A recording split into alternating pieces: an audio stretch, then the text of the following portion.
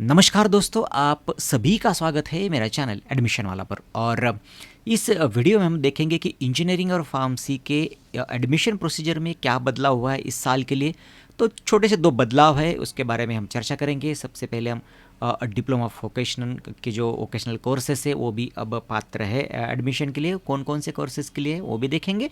और दूसरा सबसे महत्वपूर्ण बदलाव ये है कि अब वर्किंग फार्मासिस्ट को भी फार्मेसी करने का मौका दिया है। और इस साल से सीटी सेल ने एलिजिबिलिटी क्राइटेरिया में या फिर नए कोर्स के एक स्ट्रक्चर में उनको ऐड कर दिया, तो उसके बारे में भी थोड़ी सी जानकारी हासिल करेंगे। तो चलिए बिना देरी के करते हैं वीडियो में शुरुआत। तो दोस्तों सबसे पहले हम जान लेंगे कि वर्किंग फार्मासिस्ट के लिए क्या वो कोर्स है। तो बी फार्मेसी का ही कोर्स है। यहाँ पे ड्यूरेशन नहीं दिया, लेकिन मेरे ख्याल से अगर मैं गलत नहीं हूँ तो 2 साल का ये कोर्स है। 2014 से ही AICTE या फिर फार्मेसी काउंसिल ने उसको मान्यता दी है, लेकिन इस साल जाकर हमारे सीटी सेल ने उसे इंक्लूड कर दिया है।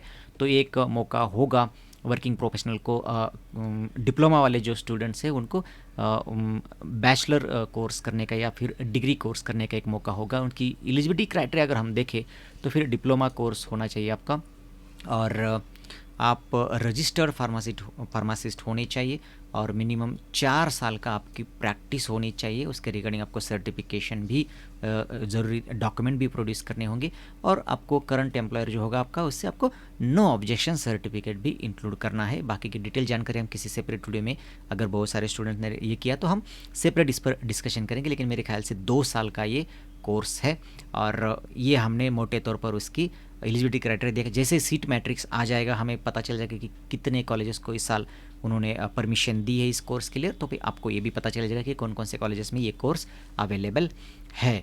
तो चलिए, एक बड़ा बदलाव ये था कि एक नया कोर्स इंक्लूड कर दिया। अब दूसरा एक छोटा सा बदलाव ये है कि अब जो सीटी सेल के अंडर टेक्निकल एजुकेशन के अंडर जो कोर्सेस है उसमें कुछ कोर्सेज की एलिजिबिलिटी क्राइटेरिया में बदलाव करके जो AICTE ने परमिशन दी है डिप्लोमा वोकेशन कोर्स करके, वोकेशनल कोर्सेज जो है, तो वो भी 3 साल का जो कोर्स है वो भी अब एलिजिबल है इंजीनियरिंग स्ट्रीम में भी, और बाकी के प्लानिंग जैसे कोर्सेज के लिए तो वो भी देखेंगे पहले।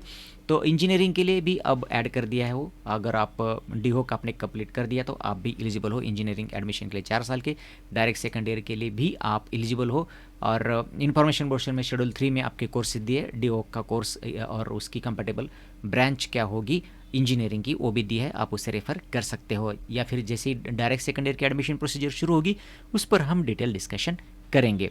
दूसरा है कि प्लानिंग में भी आप एडमिशन ले सकते हो, और होटल मैनेजमेंट में भी आप अगर आपका वोकेशनल कोर्स या फिर वोकेशन कोर्स उस स्ट्रीम में है तो आप ले सकते हो। उसके बाद डिज़ाइन में भी आप एडमिशन ले सकते हो, और उसमें भी एलिजिबिलिटी क्राइटेरिया में आपका ऐड कर दिया है। बाकी छोटे से माइनर चेंजेस है, उसकी डिस्कशन करने की ज़रूरत नहीं है। तो दोस्तों इस छोटे से वीडियो में बस इतना ही था। जैसे कोई अपडेट आएगा, फिर जैसी नई बात बताना चाहूँगा तो मैं ज़रूर वीडियो के थ्रू आपसे शेयर करूँगा। रुकते यहाँ पर, फिर मिलेंगे किसी नए वीडियो में। तब तक के लिए नमस्कार।